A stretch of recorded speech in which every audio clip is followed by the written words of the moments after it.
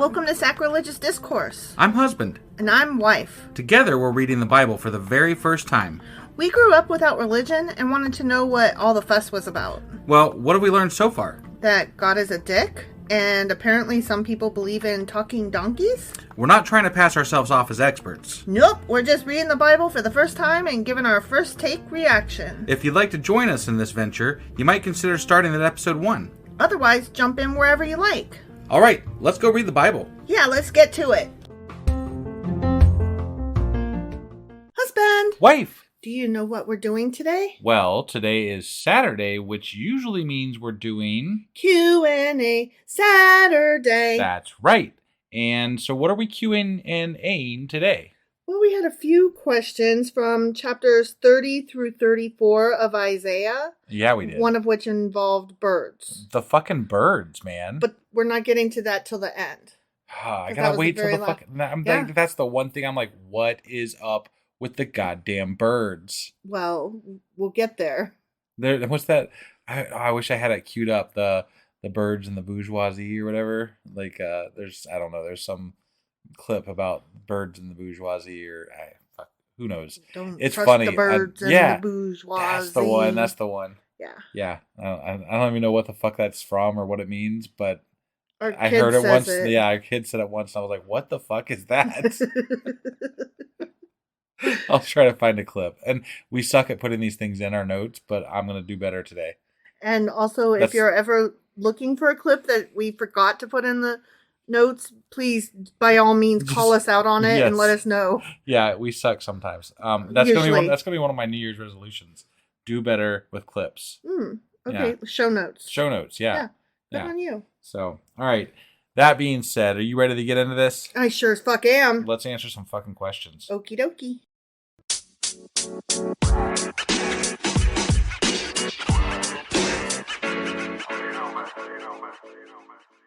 All right, so here is our Q&A over chapters 30 through 34 of Isaiah. Okay. First, I want to do a reminder that the book of Isaiah is divided into two main parts.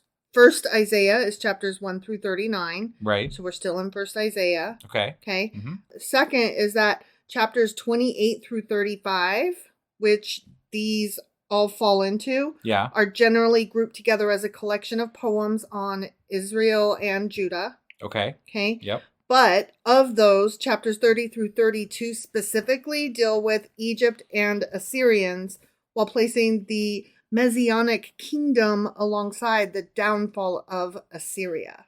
Okay. Mm-hmm. So all of that before we now hop into our chapters. Got it. Okay. Yep. So chapter 30 was about trust in the Lord, not in Egypt. And this chapter was a series of oracles dealing with the Egyptian alliance and its consequences. Okay. And the present state versus the future prospects of Israel. Okay. Mm-hmm. Present being contemporary present back then. Yes, right. Not present today. I understand, yeah. Okay. And, of course, the destruction of the Assyrians. Okay. Yep. So, there was a rebuke to those in Judah who looked to Egypt for deliverance. And then God exposed the sin of those who put their trust in Egypt.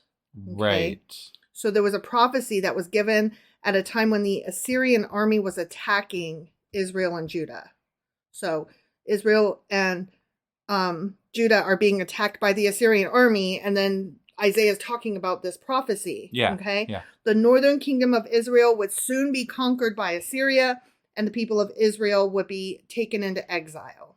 And so there's people running to Egypt, right? Mm-hmm. Is that essentially what's happening? As this is happening. Right. And God's like, fuck you for doing that. Yes. Okay. Yes. All right. The Assyrians would then come against the southern kingdom of Judah, and because of this, the leaders of Judah looked to Egypt for protection against the Assyrian invasion. Oh, so it was literally an alliance. Like they were trying to form an alliance. Yes. Okay. Yes. And that was all like confusing while we were reading it, but there was a reason that he was saying all these things. These things were unfolding at the time he was saying them. Oh, okay. You know so this wasn't even a prophecy. This was him just kind of telling the news as it is. Well, kind of. He's saying, you guys are going there for an alliance, and that's a bad idea. Got it. Like, he wasn't saying, hey, eventually there's going to be a fight, and if you guys go over there, that's going to be bad. He's saying, you guys are doing this right fucking now. There's war. Don't do this. Don't turn to them. Be demolished by your enemies and just turn to God. It's going to be fine. And so the fact that, like, the Babylonian capture and all that, the exile happened, right? The fact that that happened, Isaiah is saying, I told you. You know what I mean? Right. Like Isaiah is saying that all of that shit is going to happen. And then it happened. Okay. So now Christians can look back and be like, Isaiah warned them. See what I'm saying? Like, I'm trying to put it in context of these things were happening. Isaiah was trying to give a warning about the consequences. And now we can look back and see there were consequences. Now, were those consequences of God? I don't think so. I think that the people were being captured and just the way things went. Yeah. Right. Sometimes, and moreover, like, I've questioned when this was written too, because, like, parts of it is came it later. Really, right? Yeah, I'm like, I don't think that he actually, I don't believe in prophecy. B, the prophecy that he's giving, if he gave it beforehand, is something that probably is in the works anyway. Like, like, he's able to see that this is the way this is the way the cards are gonna play. Yeah. So, I mean, it's not, I don't think he's doing anything super wonderful, great, here. He's just like a podcaster that's doing the news, like reading polls and being like, this is probably the way it's going to go. Right. Like, you're not a prophet. Yeah. You're just merely putting your best guess based on what you know, based on history. Right. Yeah. So Isaiah then condemns King Hezekiah of Judah. He condemns his reliance on negotiations with Egypt for support against the Assyrians. Got it. Okay. So the next bit of that chapter is about the burden against Judah for their trust in Egypt. Okay. Yep. And Isaiah proclaimed a burden against the pack animals of Judah. Remember, there was that whole thing? Yeah.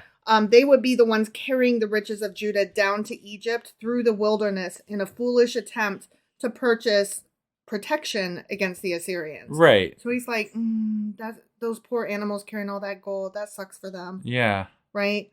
Then there was that whole, the Lord wanted Judah's rejection, like, documented.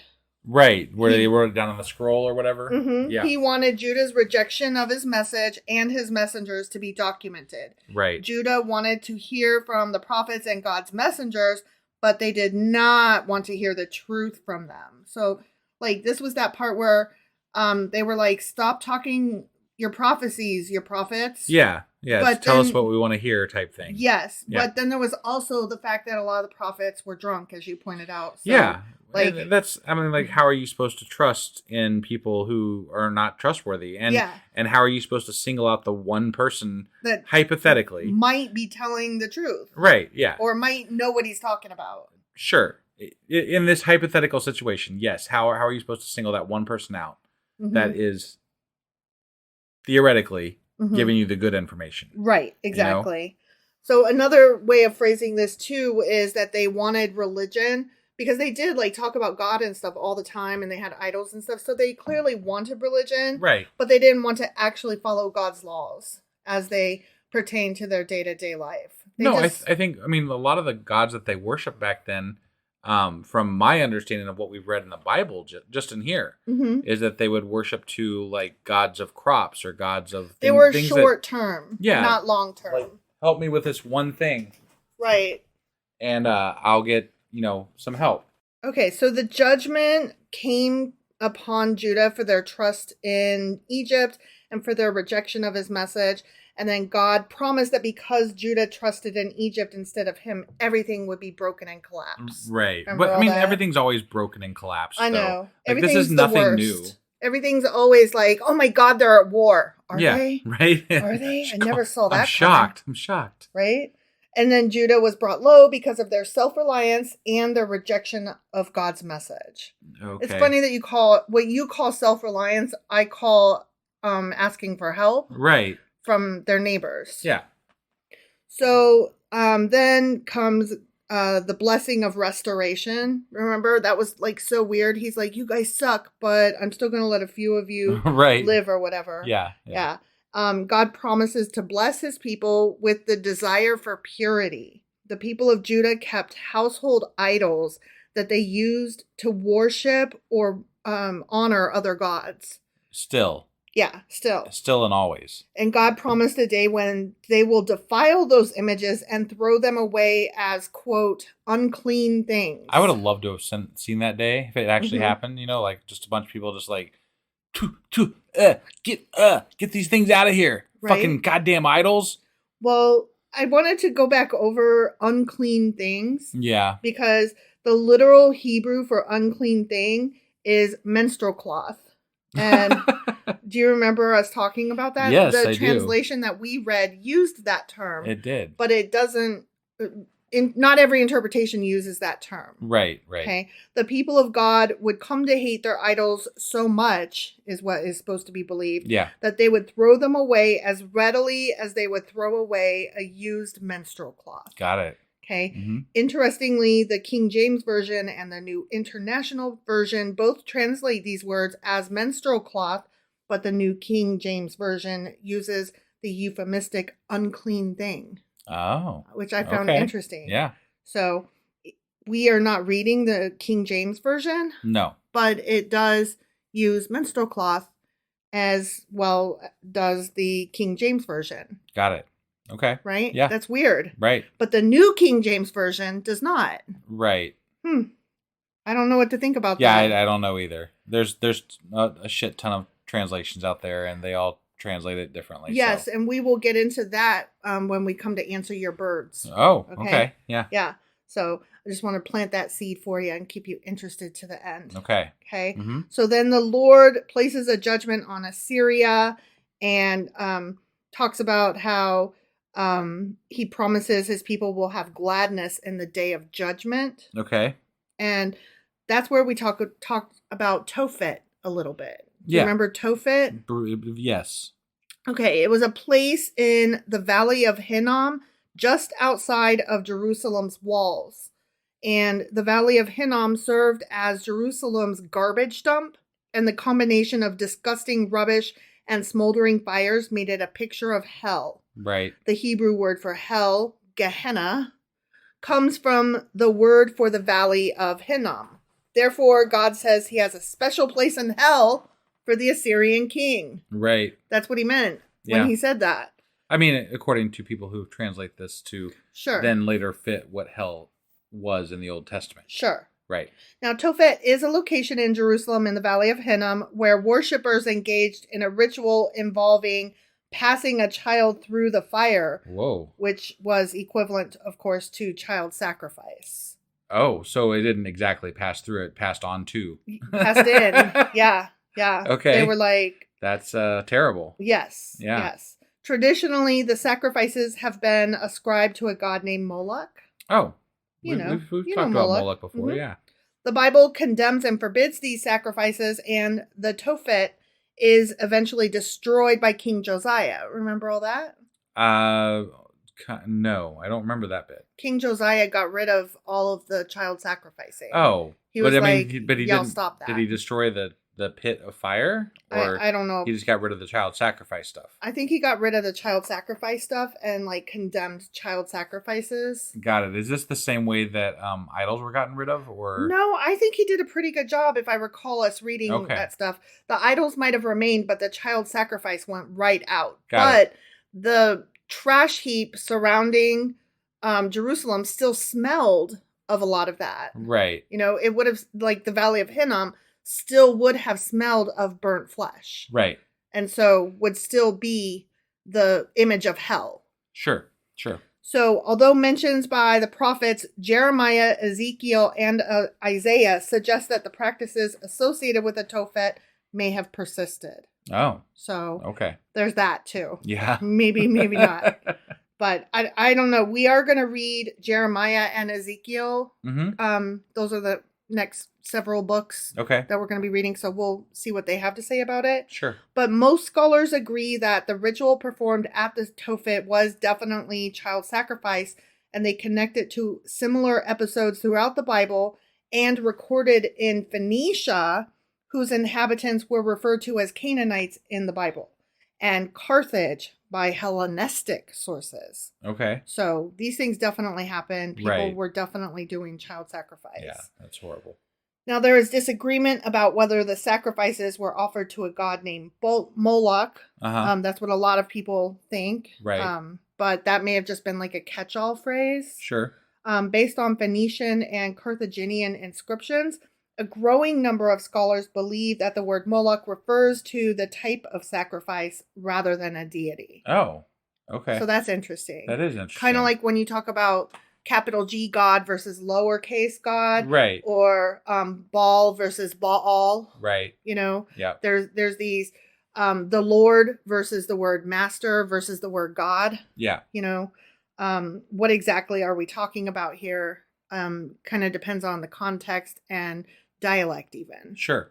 I mean, when we talked about Molech in the Bible, it sounded like they were talking about a god. It did, but that could have been a poor translation. Right. You know, right. we just don't know. Sure. There is currently a dispute as to whether these sacrifices were dedicated to Yahweh rather than a foreign deity. Oh. Yeah. Damn. So.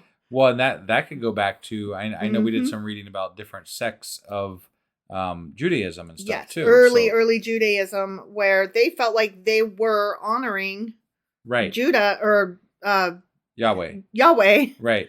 Even though the others were like, no, you're doing it wrong. Yeah. Yeah. So it could have just been misinterpreted. It could have been different interpretations of the Judean God. Yes. So. Yes. It could even have been people who were like paying homage to their ancestors by following these rules. Right. These practices, saying like, you know, well, of course we do it this way. Why wouldn't we? It's always been done this way. My grandmother told me stories of when she was a child and threw the youngest on the fire. Right. Some shit like that, you know? Yeah. Archaeologists, let me try that again. Archaeologists have applied the term Tophet to large cemeteries of children found at Carthaginian sites that have traditionally been believed to house the victims of child sacrifice, as described by Hellenistic and biblical sources. So there are entire graveyards of children. That's crazy. Right? Yeah. This interpretation, however, is controversial. I could see why it would be. Right. Yeah. I mean, you wouldn't want to admit that that's part of your own God's past. Yes. Like your own mythology. Right. You wouldn't want to make that part of it. Right. You'd we have want to deny. We have no problem throwing Egyptian gods and beliefs and practices under the bus, even though, you know, Egypt is still a place that exists today. Yeah. But boy, when it comes to Christianity, we're like, no, that never happened, or oh, that was different times, or whatever. But Egyptian gods, for the most part, have died off. Like, they're not... Right. I'm just saying, like, as far as, like, the things that they did and practiced back then, like, we totally make fun of. Right? Yeah. But not with Christianity. To be perfectly honest with you, I mean, that's part of my intent with what we're doing, is that I want to be at a point where we can just talk those gods are silly. Jovially about what we're discussing. You know, like this God and the things that we're reading about, they are absolutely ridiculous. Mm-hmm. They're over the top. And clearly dangerous when people interpret them into such a way as that they feel perfectly fine throwing kids on a fucking fire. Right. And you have to be able, like, I want to, and I'm already at, but I want other people to be at a point where we can look at it and say, that's ridiculous. Yeah. That's like, what? Sometimes what even it's is funny, that? Sometimes it's asinine, and sometimes it's fucking harmful. Right. But when it passes from something that we still follow and worship to something that was in our distant past that we can talk about as a mythology, it doesn't hold as much sway as what it does now. Right. And it would be wonderful if we could actually talk about Christianity and Judaism as something that has passed into mythology. Right. I don't have any illusions that that's going to happen in my lifetime, but I definitely want to contribute to it getting there. Yes. You know? I agree. So, this interpretation is controversial, as I said. Sure. With some scholars arguing that the Tophets, or burial places, may have been children's cemeteries as opposed to like actual burial plots for sacrificed children. Sure. They were just, oh no, this is just This where is we where bury the kids. children get buried, yeah. Sure, Okay. sure. Rejecting Hellenistic sources as anti-Carthaginian propaganda. Okay. So then we start getting political. And, But it sounds like there's a lot of like even biblical sources that are saying, no, this stuff was happening. Yeah. Oh, well, I So- mean, according to the Bible, it definitely happened. Yeah, right. So I don't know what to tell you. Yeah. You guys are the ones telling me to take this shit for reals. Right. Like, it happened. Yep. Others argue that not all burials in the Tophet were sacrifices. Okay. So, But some were. Some were, yeah. The Tophet and its location later became associated with divine punishment in Jewish eschatology. Okay. And that's where we get, the word hell and Right. hellfires and all that. Sure. Okay. So that was chapter 30. Right. Okay. Now we're moving on to chapter 31. But that was all the first chapter we read? Mm-hmm. Holy shit. Right? Yeah. We Interesting. spent 20 minutes on that. Well, we had a lot to talk about. I mean, child sacrifice is a big topic in Right. and of itself. Right. Yeah. So chapter 31 was about the Egyptians are men, not God. Right. Yes. God will give victory, not Egypt. Yeah, that was like, I don't know why we had to point that out, but okay. Right, exactly. So in this chapter, Isaiah confronted Judah with two sins. First, the sin of trusting in Egypt and their military might, and the sin of not looking to God. Which Judah. was essentially a recap of what we were going over in the last chapter. Yes. Judah felt that they had a reason to trust in chariots because they are numerous, and in horsemen because they are strong. Right. So they were like, we're being attacked. We have to ask for help from Egypt, and they are strong and they are willing. Why would we not? Dumb. Right. So, I have a verse here, verse 8. Then Assyria shall fall by a sword, not of man. We were kind of curious what that was about. Well, I'm assuming that's God. Yeah, but there's more to it. Okay. According to some scholars that I got these notes from, this was fulfilled exactly. The Assyrian army devastated almost the entire land of Judah and camped on the outskirts of Jerusalem, waiting to conquer the nation by defeating the capital city. And 2 Kings chapter 19 describes how God simply sent the angel of the Lord and killed 185,000 Assyrians in one night. Do you remember all that? I do remember that, yeah. That is what this is related to. So a lot of times when we're like, did this shit ever happen? We forget that, this shit was actually already talked about in 2 Kings. Right, but this is a lot like, we're using the Bible to prove the Bible. Yeah, exactly. I don't know. Exactly. Maybe there was something that happened. I don't think God killed 185,000 people. No, that's true. But maybe something happened, but that's... Right. Again, we're using the Bible to... Oh, no. We're not using it, but yeah. that they are using the Bible to prove the Bible. Right. I'm trying to remember that this is all in context of itself. Right. We're reading stuff that we already read about. This is just basically an alternate perspective. And I keep forgetting that these are all different puzzle pieces. Got it. And that makes it very confusing for me. Sure. Okay. So that's all I had to say about chapter 31. Okay. Yeah. So now we're moving on to chapter 32.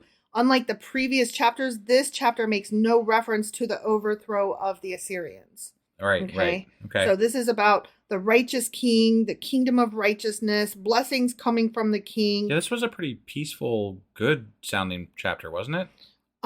Except for some of it, yes. Right. I mean, overall, compared to what we had been reading. Yeah.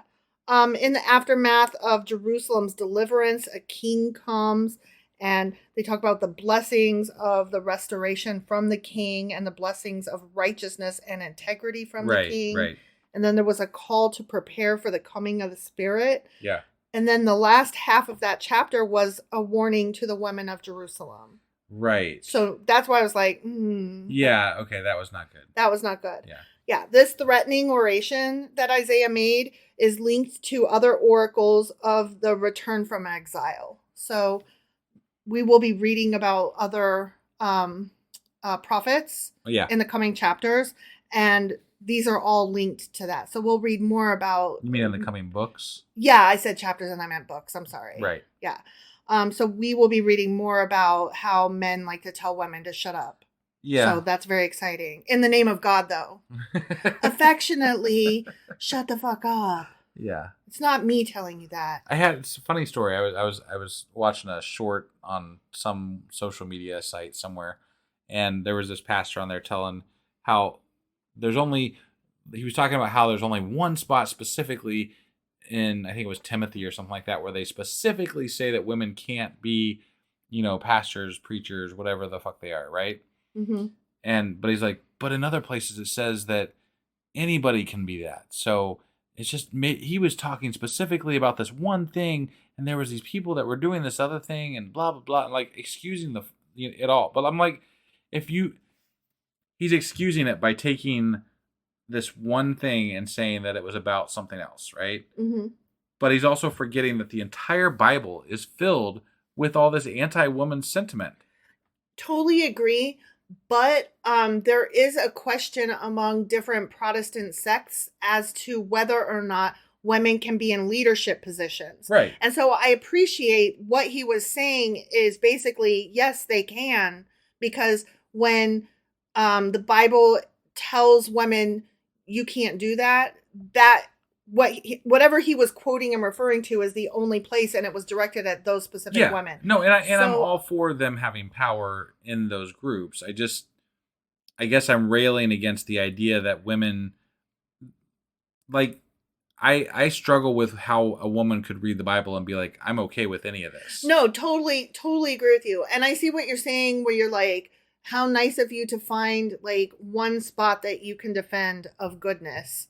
Like, right. Yay, you're not still on our team, though. Yeah, right. But I just wanted to point out that I do appreciate any time a man in Christianity is actually fighting for the rights of women to hold leadership positions within the Christian faith, because that is rare. It's better than the norm. How's that? Or it's better than the other half, or whatever the case is. Right. So look, I'm not here to defend this guy. I am here, though, to be honest and fair. And in fairness, that guy was actually doing a good thing. No, I get that. I'm not saying he's one of the worst ones that I've ever seen or anything still a like Christian. that. I'm just saying that I feel like by saying that it was forgetting all this other shit. Mm-hmm. I mean, we read about it all through the OT. Right. But these are, most of the things that we've read are the way men treat women and the way the people treat each other. The thing that he's quoting is specifically God telling women how to behave. Right. And what to do, and that they cannot be in leadership. Sure. Because they are doing wrong or whatever. Right. Okay. That's the difference. Yeah. Like, yes, by just being in there and not condemning it, that in and of itself is not approving of it, but promoting that it's okay. Right. By not condemning, you're saying you're accepting it. Sure. But there's a difference between accepting it and in this one place completely saying you can't do that. Right. And so I think that's what he was trying to say. Sure. I don't know. Whatever. Yeah. Anyway, blah, blah, blah, blah. So women need to stop being complacent, and they need to repent. Yeah. And verse 9 shows that what roused the ire of the prophet was the careless unconcern and indifference of the women in face of the reiterated warnings he had uttered. So, right, but there's literally places in the Bible that we've already read that say that men are basically women's gods. Yeah. Like they are to do what their man says no matter what. Totally agree with you. Not arguing with you. Right. I feel like you're going back to the previous point. I'm just, it made me mad at the time. Like, it made me mad that he's like... So you are going back to the previous point. Go on. I'm just saying it made me mad because he was like, these women are complacent. And I'm like, but they were told to be. Right. And it makes me mad. That's all. Sure. That's all. No, I just wanted to say again, makes me mad. I agree with you. And the Bible sucks and is sexist and gross. Right. So there you go. Okay. Then the chapter ends with blessings brought by the Spirit. The end. Yeah. Yay. Okay. And they weren't very blessy, in my opinion. So chapter 33, okay, we have come out of that short collection, but we are still in the group of poems on Israel and Judah. Jiminy Christmas. Sorry about that. Okay, so the Lord comes in judgment and graciousness. But he says, woe to plundering Assyria. But, yay for a prayer of God's people and the praise of God's people. And the Lord brings judgment. And then he brings the earth low. Remember, that was the whole back and forth. Like, I love you. I'm mad at you. Yeah, I love you. I hate you. Psychotic. Die. Don't die. Right. Yeah, it was really weird. So then there was the fire of the Lord. Okay, and at some point we talked about Zion is delivered and blessed. Yeah. And that was in verse 20, and it says, Zion, the city of our appointed feasts. Okay, the feasts that they were referring to are the 3 pilgrimage festivals of Passover, the weeks of Pentecost, Shavuot, and Sukkot, which I'm sure I mispronounced that, apologies. The tabernacles, tents, or booths. Okay. So however those are pronounced, those are 3 Jewish holidays. That's the feast that they were talking about, the appointed feasts. Okay. When the ancient Israelites living in the kingdom of Judah would make a pilgrimage to the temple in Jerusalem. I remember that. Yeah. That is still a thing today, actually. Sure. So, wow. Yeah. Okay, so chapter 34. We're getting to it. We're getting to your birds, okay? All right, yep. So, first of all, we have to talk about the Lord's wrath and the indignation of the Lord against the people. Okay? The fury and the completeness of the judgment of the Lord. Now, this section gives a horrifying picture of cosmic disaster. Remember, stars falling out the sky. Yeah, blotted out. It was bad. Cats and dogs living together. Mass hysteria. Okay, that's a Ghostbusters reference for those who didn't know. And I was holding on to that one since we first read about it. This section, I just said that, blah, blah, blah, brings to an end not just enemy nations, but also the host of heaven and the skies. Right. So everything. Right. In the immediate context, Isaiah continues his prophecy of the coming judgment against the Assyrians. So that's what it meant, on a small scale. Yeah. Okay. But in the larger context, we're supposed to see this passage as an announcement of the judgment to come upon the nations during the time of tribulations. Which is maybe Revelation's second coming type thing for Christians. Yeah, it's the time. It's like capital T tribulation. It's not a quote unquote an opinion. It's a thing that is supposed to happen after the rapture. I got it. So okay. Yes. According to Christians. Well, yes. Right. Yes. Right. I'm just saying it's an actual the apocalypse. Jewish people would be it's the tribulation. Yeah.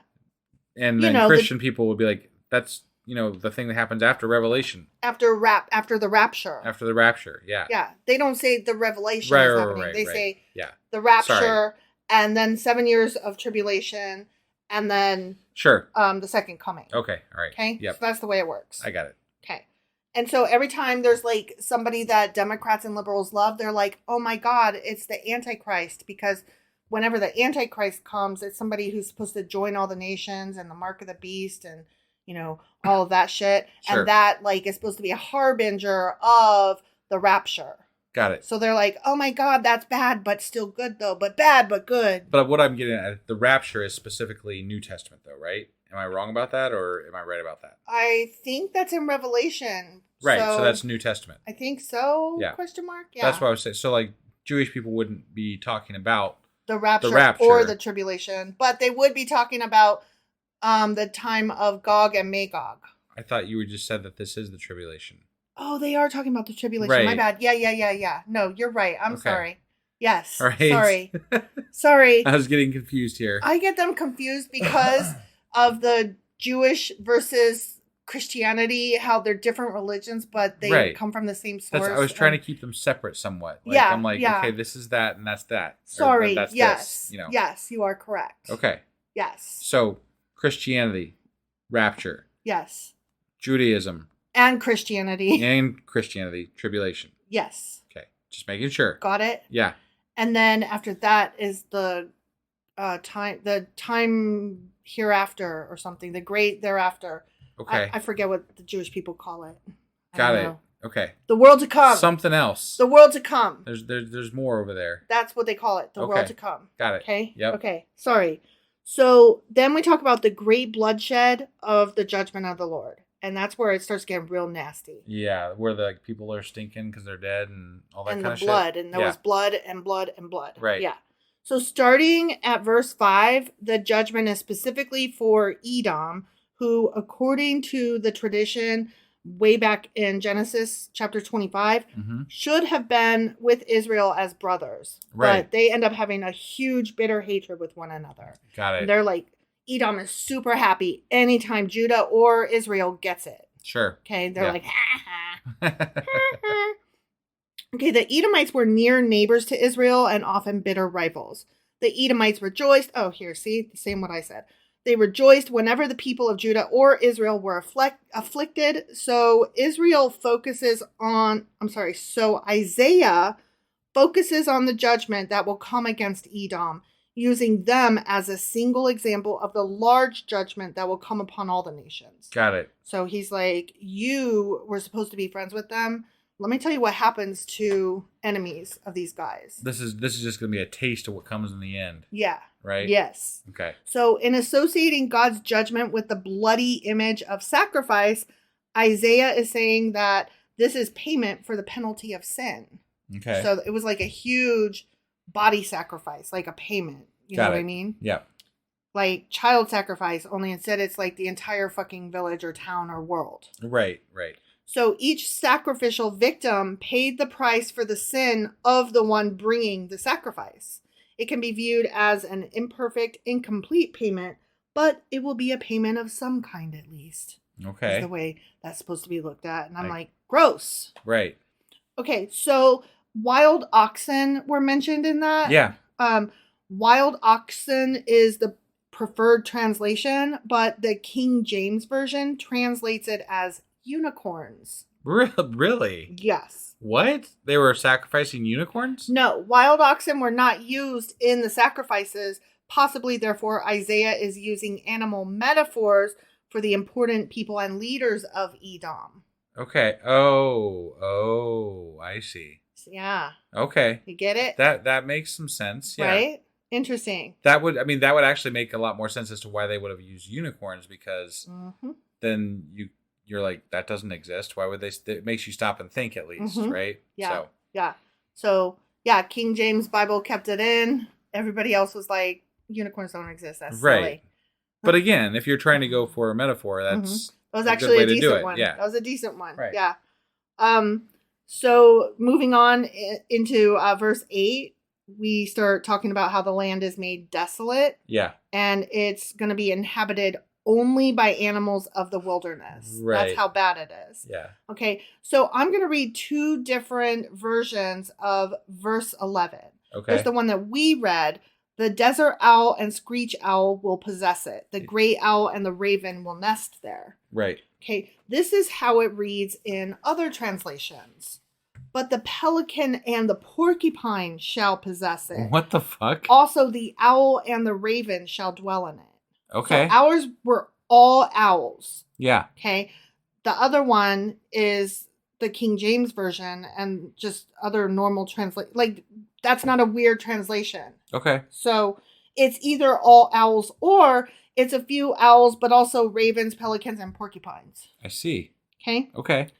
But the point, regardless of what animals that we're talking about, is that much of the earth will be so destroyed that in many places, only wild animals able to scavenge will be able to live there. Oh, so they were picking scavenger animals. Yes. Essentially. Okay. Yes. Okay. So that's what that was about. I see. Okay.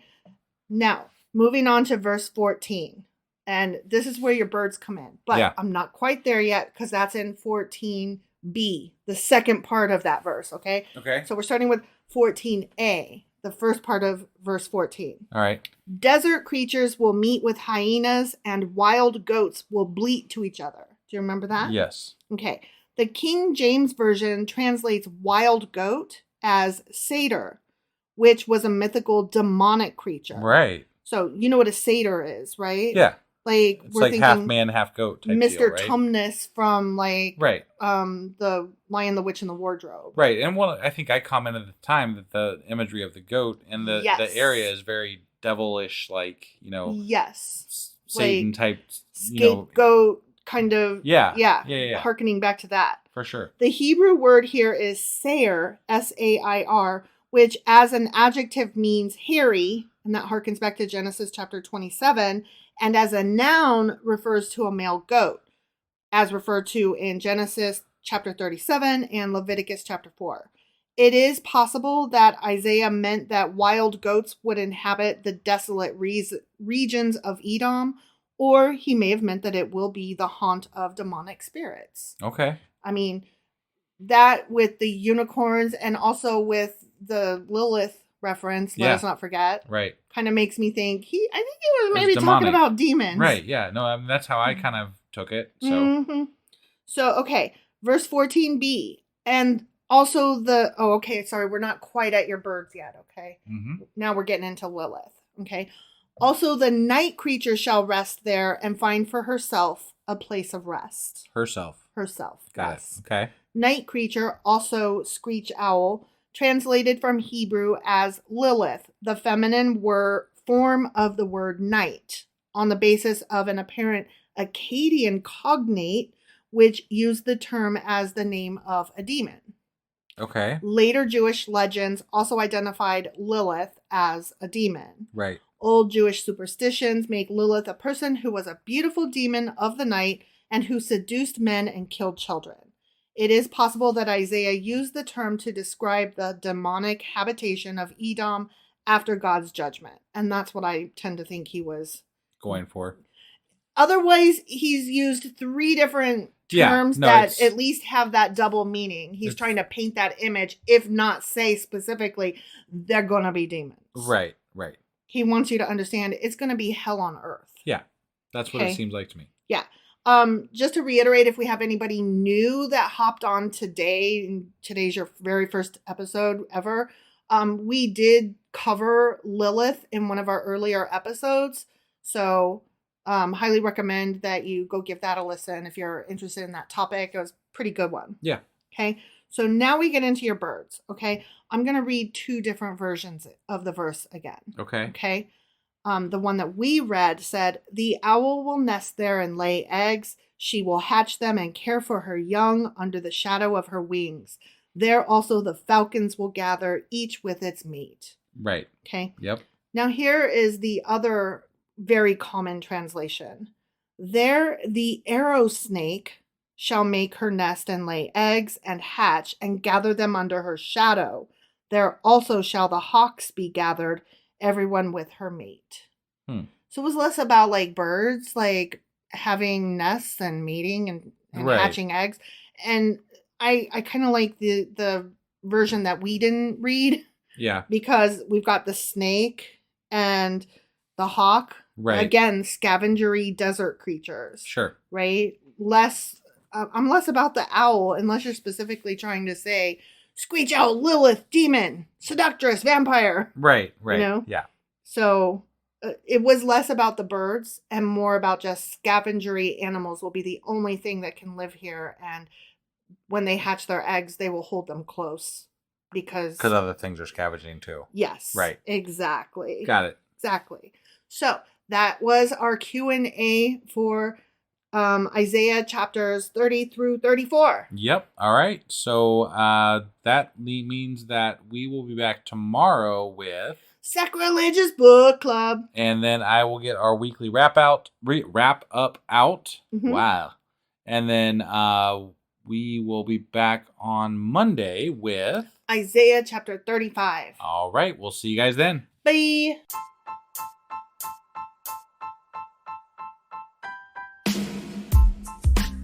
Hey, wife, I guess that's the end? But husband, that's just sad. It doesn't have to be. We are on lots of social media platforms like Twitter.